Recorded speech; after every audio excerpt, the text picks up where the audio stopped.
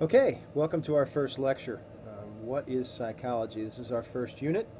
You can stop this at any time you want. Once you have, if you need time to write things down, if you want to take some notes on these things, it would be probably a good idea because you'll definitely be using it later. So let's get started.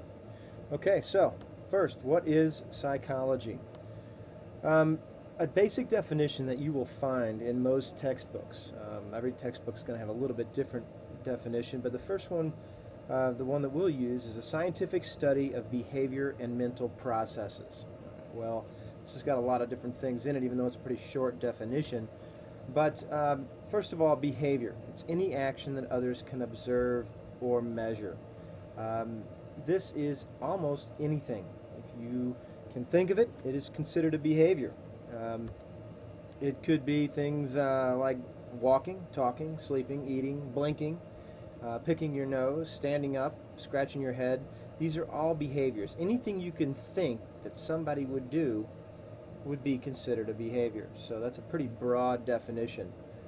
Some things can't be seen. Things like my thoughts. What are you thinking? Some of you are probably thinking right now, oh my gosh, I can't believe I took this class. But I don't know what those thoughts are. Nobody else really knows what they are, but we can definitely measure that there is some brain activity. You measure that with an electroencephalograph, or we'll just call it an EEG. That's the most common use of that. It looks something like this. This is a pretty high-tech electroencephalograph. It measures every one of those little electrodes that you see on her head, measures a different point. And then it prints out into something like this. Now, are we going to be able to tell what this says? No. You'd have to go to years and years of schooling. But you can see at different areas there, there's some activity where other areas stay relatively flat. It all depends on what she's doing or what she's thinking at that time. Cognitive activities are those things that are known only to the individual. These could be your dreams, your thoughts, your memories. We have no way of telling what those things are. I mean, there have been a lot of research into telling what people are dreaming or what their thoughts are, but I don't know that I'd really want to know what you are actually thinking all the time. I mean, it would come in handy at times, of course, but other times, would you really want to know what those other people are thinking when you're, walking down the hall? Do you really want to know what those people are thinking about you? It'd be a little tough decision, but right at this time, we don't know how to do that. Okay? Psychological constructs are what researchers use to talk about cognitive activities. In other words, these constructs are just the vocabulary that psychologists use to talk about psychological things. Don't worry so much about what they are. It's kind of a new concept, and it's definitely a higher level, but just need to be aware of what that term means. The goal of psychology is pretty open, but psychologists seek to observe and describe behavior which better enables them to predict and control one's behavior. That is the goal of psychology. That's, excuse me, that's why we study it, and that is what it is. You will need to know that definition for the test. I will guarantee it. It's very evident in the field of sports psychology. This is a new thing as these athletes make millions and millions of dollars, based on their performance. Well, if you can spend a couple $1,000s and have a psychologist come in and help you concentrate or help you focus, it would definitely be worth your time. Shaquille O'Neal, his biggest weakness when he played, as most of you guys know that follow basketball, were free throws. He couldn't make a free throw. He'd shot a million of them in his lifetime, but when you've got millions of people watching you and standing behind you and waving everything, you need to be able to focus on that. Same with pitchers, same with our field goal kickers. If you ever have to think about it, it's called positive visualization. You picture exactly how it's supposed to look. How does that basketball look when it goes through? How does that putt look when it goes in the hole? You got to focus on exactly what it's supposed to look like. If you've ever seen the movie Ace Ventura, that's what that's all about. Laces out. If you've ever seen it, you know what I mean. If you haven't, then it's worth a rent. Okay. It is a social science. It has some foundations in the natural sciences. A lot of social sciences. You've taken them before. History, you've had that since you were in first grade. Anthropology is kind of the study of past civilizations. The Egyptians, ancient tribes throughout Africa, throughout North America. Um, that's what anthropology is. Economics is the study of how we fill our wants and needs, how we spend our money. That's what econ is. Political science is the study of how we govern ourselves. If you took your junior year, if you took American government, then you knew that that is political science. Of course, when you take it in college, it goes into much, much more depth. And sociology, some of you have already taken that class. That is the study of group behavior.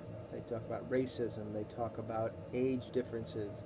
They talk about how we act as a whole civilization as opposed to just individuals, which is what psychology is. These are other social sciences deal with individuals and their behavior, which is all of the basis of psychology. Everything in history is happened because some person made that decision, and that is psychology. Same with anthropology, economics, political science. They're all based on psychology. It is also has some basis in the natural sciences. I mean, we're talking about the brain. Well, that deals a lot with biology, chemistry. Some of you have had human anatomy, so the natural sciences are all of those. You have had probably most all of those. So psychology is based on those things. Obviously, chemistry. I mean, people take different drugs, it causes them to act differently.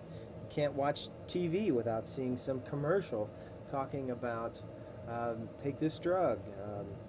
It makes you act this way. It gets rid of this fear. So that's what that is all based on. The psychologists study the functions of the brain, which is closely linked to biology and anatomy. I've already kind of mentioned that. All right. Psychologists will test their ideas through research. There are two main research methods that psychologists use: survey and experimentation. Some psychologists use animal experimentation to explain human behavior, but other research can be only conducted on humans. I mean, how can you compare a rat's brain, which is the size of the end of your finger, to a big old brain like what you have? So it works on the basic level, but as it gets more advanced, you have to use humans to do that research. Some people think that is completely unethical, and if people are volunteering, then why not do it? But a survey, we'll talk more about these in the second unit. Psychologists organize their thoughts or ideas into theories, and most of the stuff we're going to talk about is very theoretical. The brain is not smart enough to figure out how it works. It can't figure itself out. So most of our stuff is based on theory. Now, enough people agree with it, then you actually have something. But a theory is a statement that attempts to explain why things are the way they are, happen the way they do. You know what theory is. You've had that in most of your science classes. Now, if enough people agree with it, the basic truth or law is called a principle. We all, generally agree, and they say, well, it's a principle. Everybody should agree on that. These theories are constantly updated or discarded. For example, is the world flat? No, we know it's not. Somebody proved it, 300 years ago, that the world was not flat. So they threw that out. But for years, everybody swore that it was like that. A lot of the theories that you hear about, theory of gravity, theory of relativity, most people agree with it until something better comes along. And once something better comes along, they go, oh, how could we possibly have believed that in the past? For example, is the world flat? Well, we know that's not true. This theory here, where the Earth is the center of the solar system, for years that was what everybody thought. We're very egocentric, and we think that everything revolves around us, so that's why we thought the Earth was the center. But now we look back and go, how could we possibly have thought that? It's just one more theory, what happened to the dinosaurs, but it's more kind of a joke, actually, than anything else. So, the different types of psychologists. Well, there are several out there. Some of you probably came in and go, man, I'm going to be a psychologist. I hear students every year say, that's what I'm going to major in college. Well, it's a nice idea, but it's not necessarily going to make you a lot of money. You have to go to at least a 6-year degree, probably an 8-year degree, in order to actually start making some money off of it. The largest group are the clinical psychologists. They're about half of all psychologists out there. They help people with psychological problems like anxiety, depression, or more severe problems like schizophrenia. Now, chances are, if you have some psychological problems, you will probably go see a psychiatrist rather than a psychologist. A psychiatrist is actually a medical doctor.